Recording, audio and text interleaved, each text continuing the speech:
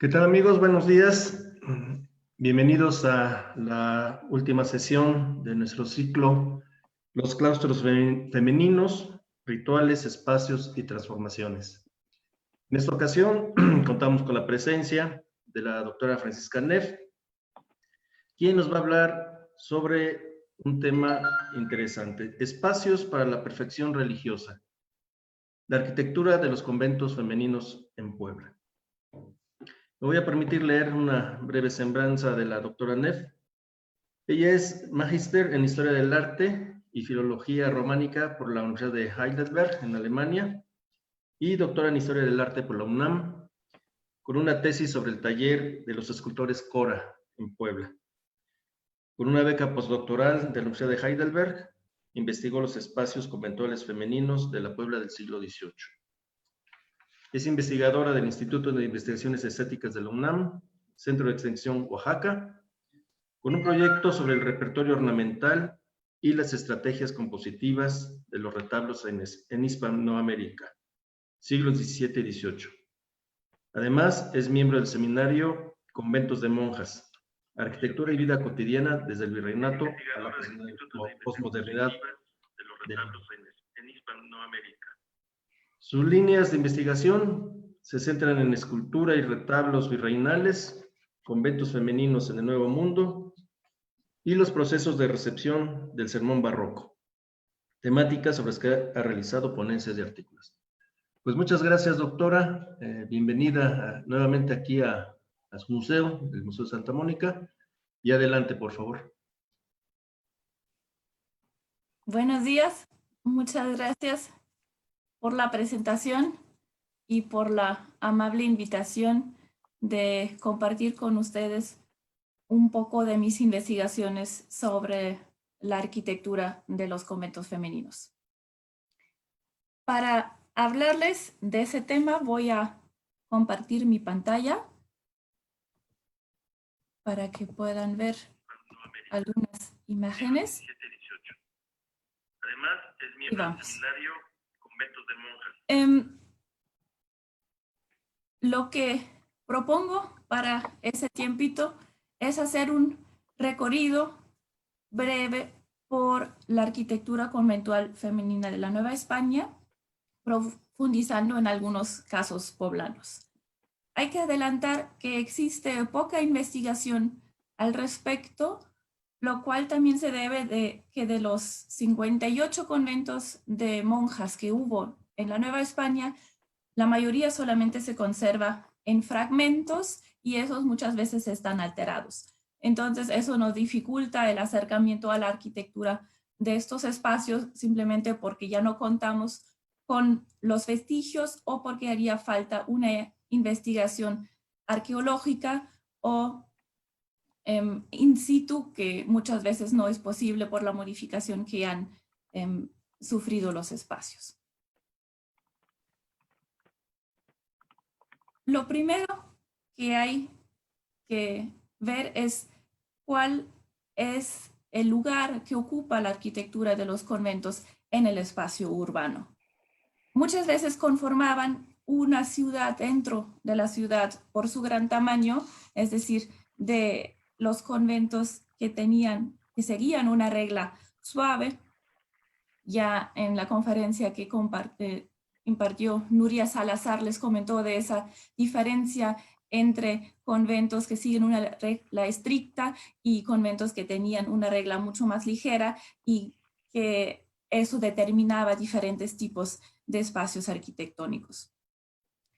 La presencia de los museos, la presencia de los conventos, la presencia simbólica era muy grande, ocupaban mucho espacio dentro del tramo urbano, entonces su presencia maciza, digamos, de los muros conventuales y del espacio que ocupaba el complejo conventual reclamaba un papel importante, y también por la importancia que tuvieron por su relación con las élites locales, por su simbología de dar testimonio de la nobleza de los habitantes de la Nueva España. Aquí ven el mapa de Puebla de 1754 y lo que aplicó aquí Rosalba Loreto, los diferentes conventos con los que contaba Puebla a mediados del siglo XVIII, que podemos ver que están ubicados en lugares privilegiados de la trama urbana, muchas veces conectados con la red de agua, entonces tenían un papel fundamental también en la distribución del agua. Apoyaban los conventos a la sacralización del espacio urbano porque las rutas procesionales pasaban por ahí, partiendo de la catedral, recorriendo el centro y haciendo estación en los diferentes conventos de mujeres, donde incluso las procesiones entraban a los templos, como lo podemos ver muy bien en esa pintura de la Ciudad de México del siglo XVIII, donde vemos cómo la procesión entra a la iglesia y vuelve a salir del lado izquierdo. Aquí lo ven en un detalle, vemos cómo la gente de pronto está nuevamente de frente al espectador, entonces está saliendo de la iglesia. Así que la iglesia conventual es el lugar donde convergen esos dos mundos, el mundo del siglo, como se llamaba en aquel entonces, es decir, fuera de los muros conventuales, y el mundo de la clausura dentro de los muros conventuales, el espacio de vida de las monjas. Y justamente la iglesia conventual es el espacio sobre el que se ha hecho más investigación, también porque eso es la parte de los conventos que se conserva, es la parte visible hacia afuera, donde podemos ver la huella de arquitectos, estilos regionales, y estas iglesias que suelen ser de una nave tienen una tipología muy común en el siglo XVII, Buen día, don Raúl, ¿cómo está? que son las puertas gemelas, que permiten justo lo que acabamos de ver en la pintura, la entrada de procesiones, porque la iglesia servía para aislar el complejo conventual de la ciudad, entonces estaba ubicada a lo largo de la calle y atrás estaban los espacios de clausura, y por eso están las dos puertas hacia la parte lateral y no una puerta al pie. Lo podemos ver también en Guadalajara, en Morelia, y lo podemos ver en Puebla. Para el siglo XVII, esa es la tipología común, y las puertas gemelas permiten que al pie de la iglesia estén ubicados los dos coros, el coro alto y el coro bajo, que son los espacios fundamentales para la liturgia conventual, para los actos más relevantes en la vida de una monja y para el rezo diario de las horas. Aquí lo vemos desde adentro, desde el Museo de Santa Mónica, el espacio de los coros, con la celosía que permite participar en lo que pasa en la iglesia, pero sin ser vistas.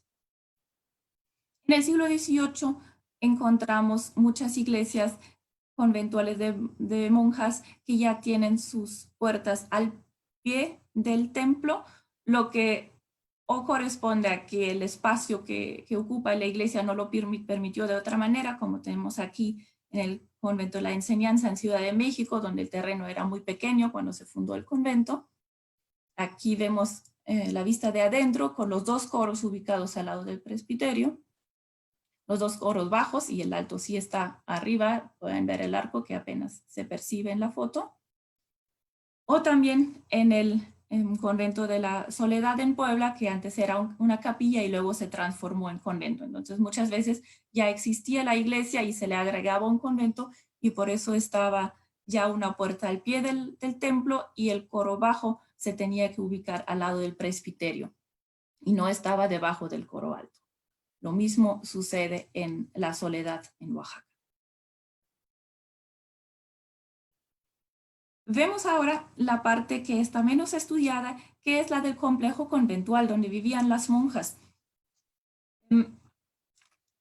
que es la parte donde se hacía la vida de clausura, y muchas veces partimos para esa arquitectura de una casa de patio, una casa de vivienda que se iba transformando poco a poco en espacio conventual, sobre todo porque muchas veces al inicio de la fundación de un convento estaba un beaterio en alguna casa que se había donado. Entonces, no tenemos como un inicio un plan de un arquitecto, un diseño, sino más bien vamos viendo cómo se transforma una casa, aquí sí, muchas veces con la participación de un arquitecto, pero en base a una estructura arquitectónica ya existente. Tenemos dos casos en Oaxaca, donde sí se nos conservan planos de la época de construcción. Son los únicos dos planos con los que contamos hasta ahora de los conventos novohispanos. Y los dos conventos fueron hechos en el siglo XVIII.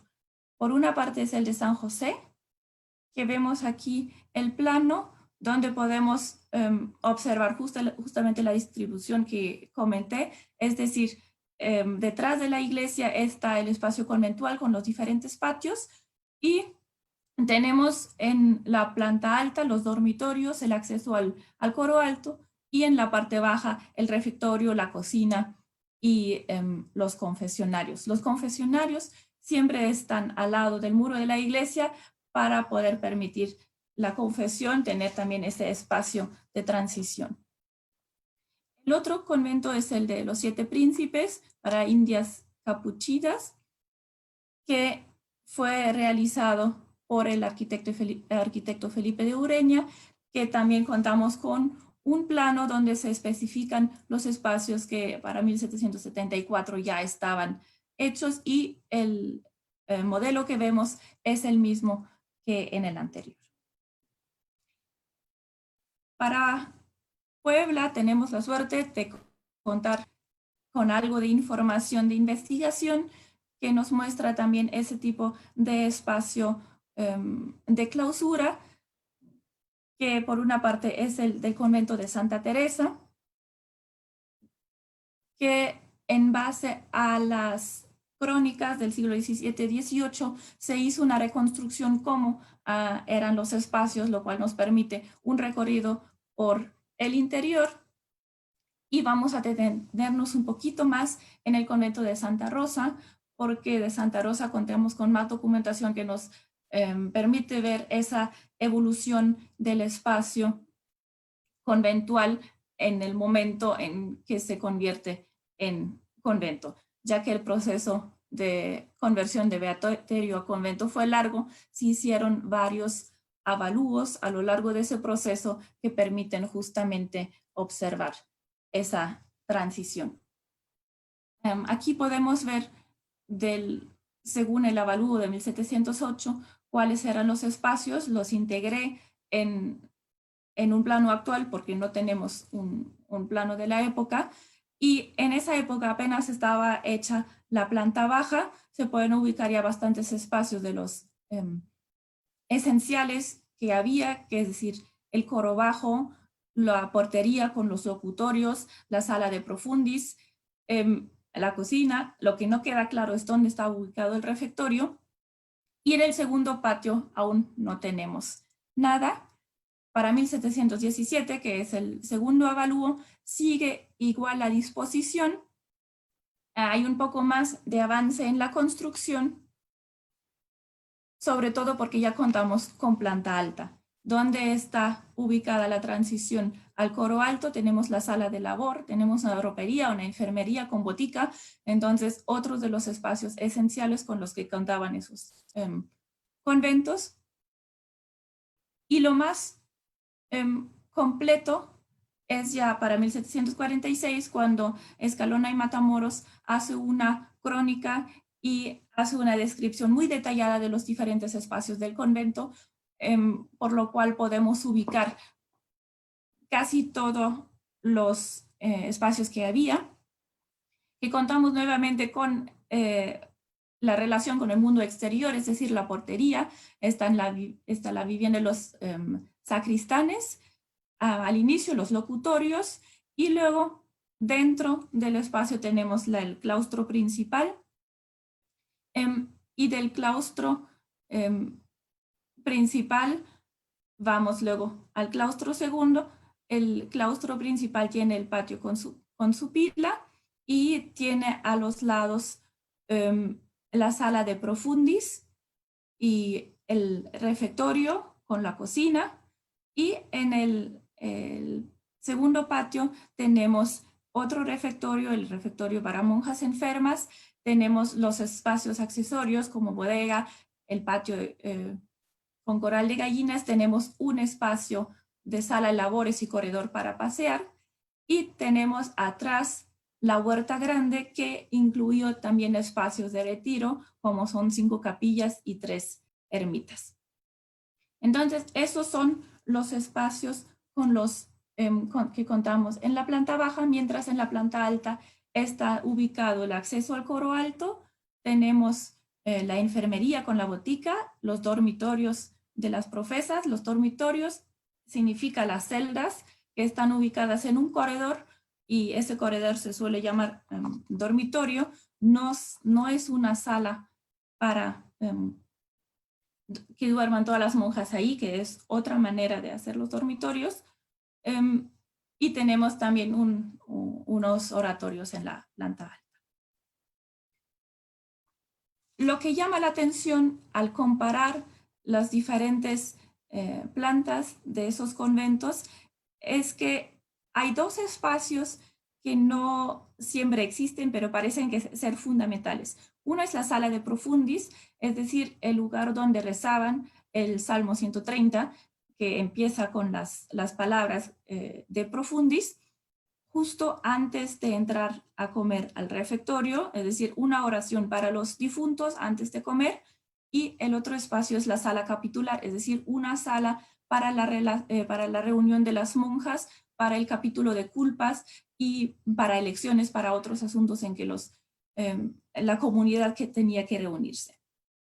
En los conventos de hombres siempre existe una sala capitular, pero al parecer en los conventos de mujeres no, y también la sala de profundis no está siempre presente, aunque cuando está, siempre está al lado del refectorio. Aquí vemos lo que se conserva del convento de Santa Rosa, los 2 patios, el principal y el segundo, y la cocina famosa, que corresponde exactamente a lo que pide Fabiani Fuero en sus reglas y ordenanzas que establece para regresar a la vida común en el siglo XVIII. Para que no se quede fuera también el convento de Santa Mónica, que lamentablemente solo tenemos un plano del siglo XIX, pero también ahí podemos apreciar muy bien esa estructura que aún se conserva de los patios, la iglesia lateral con las puertas gemelas, y ahí vemos también que todavía había una huerta que actualmente ya no forma parte del complejo conventual. Los 2 patios. Y ahora vamos a ver cuál es la forma de los conventos de vida particular. Podemos partir de la idea que esa estructura que acabamos de ver de los conventos de vida común, que abarcaban una comunidad pequeña que vivía según reglas estrictas y no tenía un crecimiento porque estaba desde un inicio establecido el número de monjas que iban a estar viviendo en el convento. En los conventos de vida particular, que podían crecer desmedidamente, tenemos otro sistema arquitectónico. Por una parte, un núcleo comunitario que corresponde justo a lo que acabamos de ver en los conventos de vida común, y por otra parte, un gran área habitacional donde estaban ubicadas las celdas. Aquí podemos ver en un plano del siglo XIX del convento de San Lorenzo de México, abajo justo ese núcleo con la iglesia, el patio principal y los espacios contiguos a este, y después un gran área irregular donde se ubicaban las celdas que crecían cada vez más hasta que a finales del siglo XVIII ya no había capacidad para ubicar más celdas. Aquí una excavación que se hizo donde estaba el convento de San Jerónimo en Ciudad de México, donde podemos ver ese área de celdas donde se ubicaban las celdas que eran viviendas donde moraban las monjas y pasaban el día con actividades muy parecidas fuera de los muros conventuales. Nuria Salazar publicó, por ejemplo, esa planta de una celda o dos celdas que encargaron las monjas de la familia Faguaga para el convento de Jesús María de Ciudad de México, donde podemos ver que es una casa de dos plantas con muchos espacios entre salas, recámaras, cocina, azotea, etcétera, donde podían pasar el día. Para el caso poblano, podemos recurrir a los avalúos de celdas. Hice una revisión del siglo XVIII, de mediados del siglo XVIII, de avalúos de celdas que se hacían con motivo de venta de celda, de herencia, o cuando se hacía alguna remodelación, donde constaban los arquitectos, cuánto espacio abarcaba la celda, qué diferentes habitaciones tenía y qué valor se le asignaba a esa celda. La revisión abarca 14 avalúos de los años de 1742 a 1764 de todos los conventos de regla suave que existían en Puebla, es decir, San Jerónimo, Santa Catalina, la Purísima Concepción, Santísima Trinidad y Santa Inés. Y el valor de las celdas va de los 108 pesos hasta los 2,000 pesos, entonces hasta un valor de una casa contemporánea de la época. Y también en cuanto a espacio que tenían para su vivienda, desde 27 metros cuadrados hasta los 149 metros cuadrados. Es muy interesante analizar estos avalúos porque describen la ubicación, entonces nos da una idea qué tipo de espacios había, porque lo relacionan con el noviciado, con la huerta, con diferentes patios, y también qué espacios había dentro de las celdas, desde una sola pieza, que solía ser la sala, hasta varias piezas que incluían recámara, que incluían cocina, que incluían corredor. Por ejemplo, el convento de la Concepción, nos dice Rosalba Loreto, que para alrededor de 1700 contaba con varios refectorios, varios dormitorios, salas de labor, una cárcel, escuelas, 16 letrinas, 12 lavaderos y 24 patios secundarios, además de los 2 patios principales de las monjas profesas y del noviciado. Entonces eran verdaderas ciudades dentro de la ciudad. En base a los avalúos podemos aproximarnos un poco al aspecto que tenían esas celdas. A veces solamente es posible ubicar espacios aislados, como es en ese caso, que tenía una sala, una pieza alta, un gallinero y corral y cocina, un baño y un lavadero, pero no es posible juntar esos espacios y saber qué estaba al lado de qué. Mientras en otros sí es posible hacer una reconstrucción de cómo pueden haber sido esas celdas, como esa de la Madre Josefa María de la Encarnación, la Astorga del convento de Santa Inés, donde tenemos 4 espacios, un patio de distribución, de ahí se va a una cocina o a una sala y atrás está la recámara, y también nos dice que la colindancia está con el pasaje de la huerta y con la misma huerta. Eso solamente es una reconstrucción. Para poder saber la realidad histórica tendríamos que hacer excavación o observación in situ, pero justo esos conventos están muy transformados, entonces muchas veces no es posible, entonces tenemos que recurrir a ese tipo de reconstrucciones para darnos una idea cómo eran las casas. Lo mismo sucede con esa celda en el convento de Santa Catalina, que cuenta con un corredor del cual parten las diferentes habitaciones, cuenta con un baño de placer, por ejemplo, y lo interesante es que está a la altura de 1,38 m, entonces eso nos muestra ya esa intercalación que vamos a ver entre las diferentes celdas. Porque a diferencia de la arquitectura contemporánea de la época, las celdas no eran digamos, viviendas que estaban ubicadas claramente una al lado de la otra, sino se intercalaban con los mismos espacios de la clausura como también con otras celdas. Entonces podía ser que arriba de una celda estuviera otra celda que compartieran la azotea, por ejemplo, que la azotea era pública o era, es decir, para toda la comunidad o era privada, y cuando arriba de la celda no había nada era una ventaja porque eso permitía que se podía construir más. Y entonces también eso es una de las partes que nos hace difícil la reconstrucción por ese traslape que hay entre las diferentes celdas. Entonces tenemos un espacio arquitectónico muy particular en ese sentido. Si vemos la estructura general, sí se parece a la época. Les pongo aquí una casa de patio del Centro Histórico de Puebla, donde podemos ver que, por ejemplo, las habitaciones altas del lado izquierdo y derecho son accesibles a través de un corredor, y ese tipo de corredores también los vemos en los avalúos de las celdas. Lo que es muy común en las casas de la época es que cada habitación tenga un acceso por separado, es decir, no hay una transición de una habitación a otra. Entonces, eso facilitaba a que las celdas se hicieran de la misma manera, que no era costumbre que uno podía transitar de un espacio a otro, sino que se juntaba de espacios contiguos que se accedía desde un pasillo o desde un patio.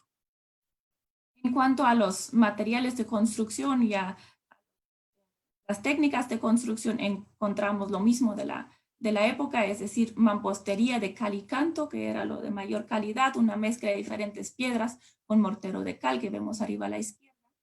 Y los techos eran de vigas con diferentes sistemas de empotramiento al muro o que descansaban sobre una viga madre, y la cubierta estaba hecha o de ladrillo o de tejamanil, es decir, de tablas.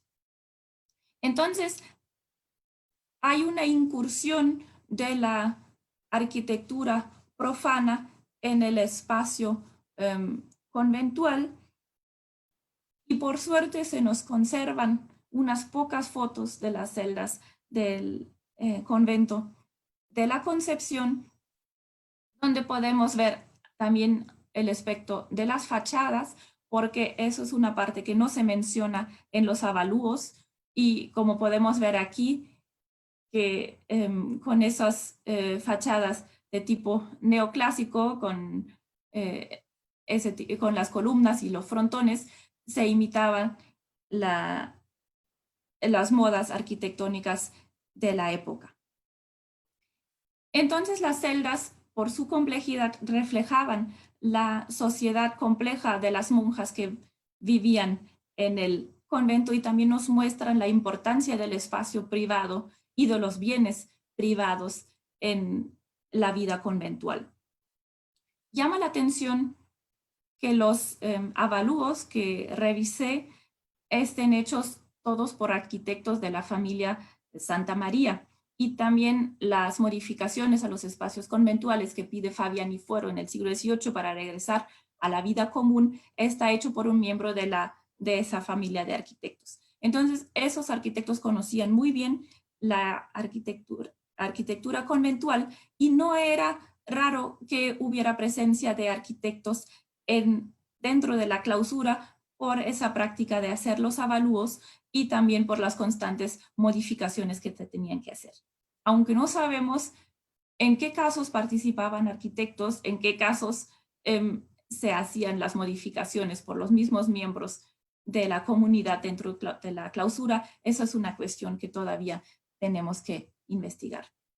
Aquí les tengo otra imagen de esa celda que acabamos de ver anteriormente, donde podemos ver también la existencia de pilas o de fuentes dentro de los patios. Como decía Rosalba Loreto, 9 de los patios secundarios que existían en el convento de la Concepción contaban con agua constante. Entonces también era todo un reto de infraestructura para permitir las actividades de la vida cotidiana.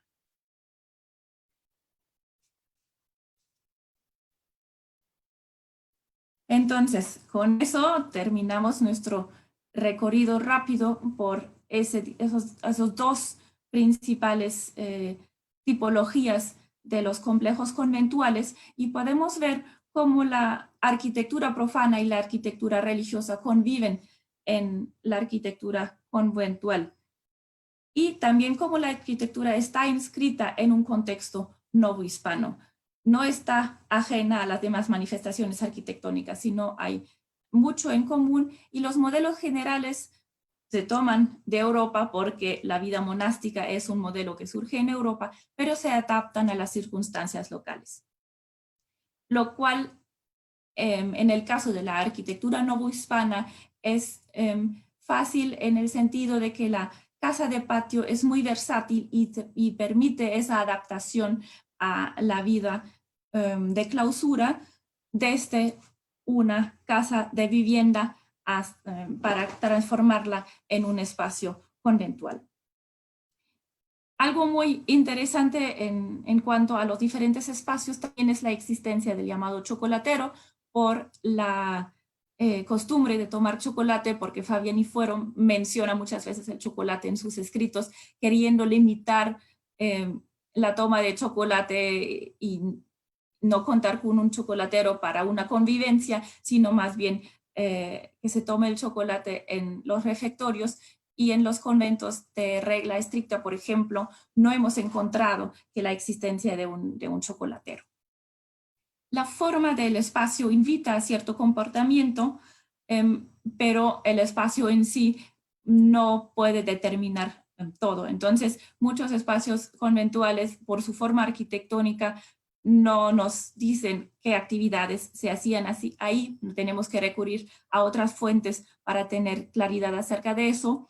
Y también es muy interesante en ese contexto justo lo que escribe Fabián y Foro, por ejemplo, de decir que las monjas solamente pueden subir a las azoteas con permiso escrito del obispo, lo cual habla de las prácticas de uso de los espacios conventuales. Y según la concepción de las monjas, qué espacios definen su estado de vida puede ser diferente a la concepción de las autoridades. Entonces tenemos diferentes conceptos de vida que se manifiestan en los documentos de la época. Por ejemplo, las monjas del convento de la Santísima Trinidad dicen que para ellas el muro conventual es el que define su estado porque ellas sacrificaron a Dios su libertad. Entonces, para ellas no es ninguna contradicción que dentro de los muros conventuales vivan una vida muy parecida a la de fuera de los muros. Como pueden ver, aún queda mucho por investigar. Hay muchas preguntas que se pueden hacer a los espacios conventuales de monjas. Es un tema fascinante y también para Puebla apenas estamos iniciando en la profundización acerca de esas temáticas. Les dejo con eso, con ese breve recorrido que hemos hecho y bueno, estoy curiosa a ver qué preguntas tienen. Muchísimas gracias. Bueno, pues no cabe duda que la ponencia que usted nos dio y los datos que usted nos dio fueron sumamente interesantes. Estábamos picados, la verdad es que sí. Decíamos, usted no termine, usted siga. Pero pues bueno, vamos a iniciar con esta pequeña ronda de preguntas y lectura de comentarios. El primer comentario que tenemos pues es de Guillermo Martínez, deseándonos buenos días, de Lulú Valdés Acosta, igual nos manda unos buenos días. Leobardo Daniel, por otro lado, se olvida de nosotros y le manda un saludo especialmente a usted. Gracias. Rubén Telles Molina, da gracias por la conferencia y pues al parecer le gustó. Más saludos para usted de parte de Melina Iberes Sánchez. Y aquí nos topamos con nuestra primera pregunta de parte de Ari Mendoza. Pregunta si todos los conventos tienen las mismas instalaciones o cambian por estados. Y pone otra de que si así estaban, ¿cuándo iniciaron o iban agregándose las instalaciones de acuerdo a la necesidad? En cuanto al tipo de instalaciones, Las básicas son las mismas, las que requiere la liturgia conventual, es decir, los espacios para el resto de las horas, los espacios para comer, los espacios para dormir. Por eso empecé con los espacios de los conventos de regla estricta, porque esos espacios podemos suponer que también existían en los demás conventos. Donde tenemos variedad no es tanto por regiones, sino más bien es por tipo de convento, es decir, según qué regla. Y hay ahí todavía una gran interrogante acerca de esos espacios que mencioné, la sala de profundis, la sala capitular, que aún no está claro si esas diferencias son por el tipo de orden, es decir, por el tipo de reglas que están usando las monjas, o corresponde a otras causas. Ahí todavía hay mucho por investigar, pero en general las instalaciones son las mismas o son muy parecidas y varían más bien en detalles que corresponden a las necesidades de la vida dentro de la clausura, por ejemplo, en el área habitacional. Bien. Seguimos con las siguientes preguntas. Por parte de Guillermo Martínez, pregunta que por qué la iglesia y el convento tienen solo un campanario y no dos. Los conventos, las iglesias, conventos de monjas, a veces incluso solamente tienen una espadaña para la campana, porque la función de las iglesias conventuales de monjas es diferente. Lo que necesitan es la campana para que suene según las diferentes horas o para anunciar diferentes eventos. Y los conventos en un inicio correspondían pues a la vida común, es decir, a una vida muy sencilla, sin ostentación, y para ello no se requiere un campanario grande. Entonces, por eso tenemos solamente algo que nos pueda sostener las campanas. Carolina Ali Muñoz nos dice que cuando nos visitó el Museo de Santa Mónica le explicaron el funcionamiento de la sala del Profundis y nos manda saludos desde Querétaro. Yo siento que aquí hay una duda sobre qué es esta sala del Profundis. Ese nombre raro viene de lo que se hacía en esa sala. Porque se rezaba un salmo que empieza con de profundis, que es latín y significa desde la profundidad. Entonces, desde la profundidad clamo a ti, creo que es la versión en español. Entonces, es un rezo para los difuntos, para las almas que están en el purgatorio, y una práctica muy común en los conventos que las monjas rezaran por los difuntos, además de rezar por los vivos, porque su actividad principal era justamente esa, velar, digamos, por la salud espiritual, no solamente la comunidad dentro del convento, sino todos los que estaban relacionados con ella, toda la ciudad. Entonces es un espacio esencial y recibe su nombre por el tipo de práctica. De Alexa Gómez tenemos una pregunta. Bueno, primero nos desea los buenos días y nos manda saludos. Nos dice que la pregunta es que en el convento podían existir celdas de diferentes tamaños o eran estrictamente todas del mismo tamaño. Ahí nuevamente tenemos la diferencia entre los tipos de convento. Los conventos de regla estricta eran las celdas del mismo tamaño, aproximadamente del mismo tamaño, a lo mejor la de la priora un poco más grande, pero en las de vida particular los tamaños varían muchísimo, así como vimos en la tabla que les mostré, porque ahí dependía más bien del poder económico de la monja, qué tan grande podía permitirse hacer su vivienda. Nani López nos pregunta, seguramente asombrada, que si estaba prohibido el chocolate en los conventos. No, no estaba prohibido. Hay toda una discusión en el siglo XVII si el chocolate rompe el ayuno o no. Y determinan que no rompe el ayuno, es decir, el chocolate es un alimento importante que las monjas pueden ingerir en cualquier momento, estén en ayuno o no estén en ayuno. Entonces, incluso favorecían el consumo del chocolate por lo mismo de que era muy bueno para la salud de las monjas. Entonces, en cualquier tipo de convento se podía comer, digamos, más tomar, también comer chocolate. Camila Legoreta, espero haberlo pronunciado bien, nos agradece el tema y nos dice que estuvo muy interesante.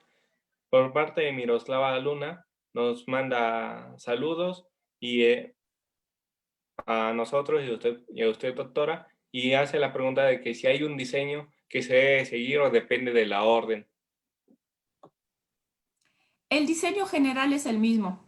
Puede haber pequeñas variaciones, pero todos corresponden a ese diseño general que tiene que permitir la liturgia dentro del convento. Okay. Rubén Telles Molina nos manda saludos y dice que estuvo muy interesante la ponencia. Yedira Montesinos igualmente y nos manda saludos y felicitaciones. Otra vez ahora. Jesús Morales, no pregunta si le puede recomendar algún tipo de bibliografía. Me imagino para la construcción de conventos o construcciones de conventos. Bibliografía hay bastante. Nuria Salazar y Cristina Rato son las dos investigadoras que han profundizado en los conventos de Jesús María y de San Jerónimo, respectivamente en Ciudad de México. Ahí se puede encontrar, incluso hay textos en internet, ahora que no podemos acceder a las bibliotecas. En cuanto a Puebla, quien inició con la investigación de conventos es Rosalba Loreto, que tiene bastantes textos que se basan más bien desde el punto histórico de la fundación de los conventos, de la relación con la ciudad, de los rituales dentro de los conventos. Y los esquemas que les presenté, tanto de Santa Rosa como de las celdas de vida particular, los tengo publicados en un artículo en el Boletín de Monumentos Históricos.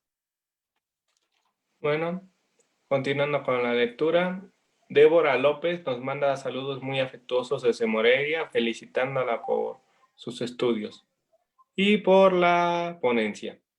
De Camila Loreta nuevamente tenemos una pregunta. ¿Qué tanto cambió la infraestructura del primer edificio de convento a la nueva instalación que ahora se conoce?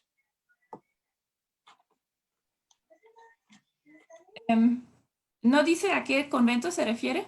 No dice. Ok. Normalmente cambian en el proceso de construcción. Primero tienen como los espacios esenciales, es decir, los coros y las celdas y el refectorio, y luego van ampliando. En cuanto a los conventos de vida particular, como les comenté, esos crecen muchísimo y se van transformando muchísimo, pero no nos queda ningún convento completo de ese tipo. El único que tenemos en América es el de Santa Catalina en Arequipa, en Perú, que sí se conserva ese complejo de área habitacional donde están todas las celdas, que llama mucho la atención porque son caminos sinuosos donde están ubicados como pequeñas casitas.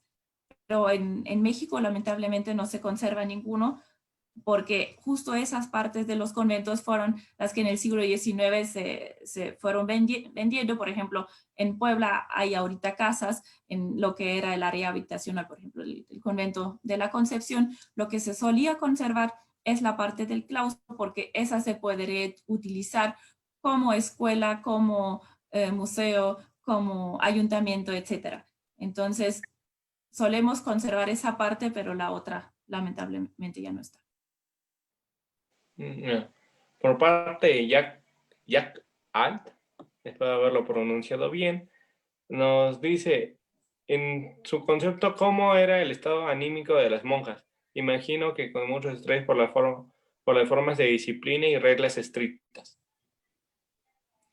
Bueno, yo creo que no se puede dar una respuesta en general porque dependía mucho de cada monja. Lo que permitían los conventos de monjas es una vida mucho más relajada en relación con la vida fuera. Digamos, si se casaban y tenían hijos, podía ser mucho más complicado que vivir dentro del convento donde tenían acceso a formación, a cultura, porque tenían bibliotecas, podían hacer música. Tenemos testimonios de que les iba muy bien en los conventos, que hacían obras de teatro, que había charlas muy animadas en los locutorios. Incluso hay un testimonio de cuando se prohíben las corridas de toros dentro de los conventos. Entonces, nuestra idea de que era una vida muy estricta, de mucha disciplina corporal, no corresponde del todo. Dependía del tipo de conventos. Claro que en los conventos de regla estricta la vida era más estricta, pero en los otros vivían prácticamente como fuera de los muros, solamente estaban dentro, es decir, era una ciudad de mujeres dentro de la gran ciudad y se la pasaban bastante bien. Entonces es una pregunta difícil de contestar y depende pues del tipo de monja, del tipo de convento, y sí tenemos algunos testimonios que nos pueden dar una idea acerca de cómo era esa vida dentro del convento. Bueno, ya debido al tiempo, vamos a realizar las últimas preguntas. De Chichián de Olarte nos dice, según la información que has encontrado, ¿era común que existían cárceles en los conventos? El único dato que tengo de las cárceles es el que proporciona Rosalba Loreto. Yo, en lo que he visto en los documentos, no he encontrado, pero eso no significa que no hubiera, porque el castigo, es decir, o la llamada de atención respecto al comportamiento de las monjas era muy común. Entonces no es de llamar la atención que hubiera una cárcel. No, Noé Ortega Hernández nos manda saludos desde Apizaco, Tlaxcala, y pregunta que si las familias daban dinero para ingresar a un convento. Sí, generalmente tenían que dar una dote, a veces bastante alta, como de 2,000 pesos, para que su hija pudiera ingresar al convento. También había gente que daba una dote para huérfanas, por ejemplo, para que pudieran ingresar, que no tenían las posibilidades. Entonces, la vida conventual más bien era para gente adinerada. Nos pregunta Pablo Siles, que nos manda saludos desde Texcoco, y nos pregunta, ¿el tipo de convento dependía de la orden que pertenecía? Como ya comenté, sí y no. Más bien de la gran tipología de orden, que si seguía una regla estricta o una regla más relajada. Bueno, y cerramos esta ronda de preguntas con la pregunta de Juan Sandoval, que primero agradece la ponencia, y su pregunta es, ¿para la construcción de un convento se tomaba en cuenta la opinión de las o los religiosos para su diseño y construcción? Podemos partir de la idea de que sí, es muy difícil saber eso a través de los documentos. Para el espacio habitacional, para las celdas, claro que sí. Para el espacio comunitario, ahí la opinión no era tan importante porque había ciertas necesidades funcionales que determinaban el tipo de espacio. Entonces ahí no creo que hubiera demasiada participación de las religiosas, o sí por la distribución de esos espacios, pero el tipo de espacio ya estaba definido. Más libertad había en cuanto a las celdas. Bueno, con esto terminaría la ronda de preguntas. Una disculpa para los que ya no pudimos leer su pregunta. Y dejamos a Sergio Andrade para los comentarios finales de esta conferencia.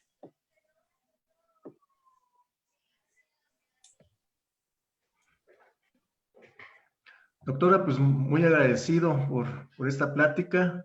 Obviamente quedamos con muchas más preguntas, por lo que le pediría que nos diera su correo electrónico para que las personas que estén interesadas en seguir preguntando y interesadas en el tema nos los pudiera proporcionar, por favor. Ya lo mandé en el chat, es comunidad.unam.mx. Estoy aquí en el Instituto de Investigaciones Estéticas, en su sede en Oaxaca. Entonces, cualquier pregunta, cualquier consulta, si alguien quiere hacer una tesis, pues bienvenida. Pues muy bien, sí, pues por supuesto, con el tema yo creo que sale bastante, ¿no? Porque hay muchas aristas por las cuales que estudiar. Pues nuevamente muchas gracias, igualmente al apoyo de Alejandro, de Raúl, de Vicky, de Nayeli y a las personas que nos hicieron el favor de vernos, pues los esperamos próximamente con un nuevo evento. Doctora, muy agradecido y esperemos vernos personalmente por aquí. Hasta luego. Muchísimas gracias por su tiempo, por escucharme, por las preguntas que me hicieron, que siempre son muy enriquecedoras. Y no me resta más que desearles un bonito día, fin de semana y cuídense.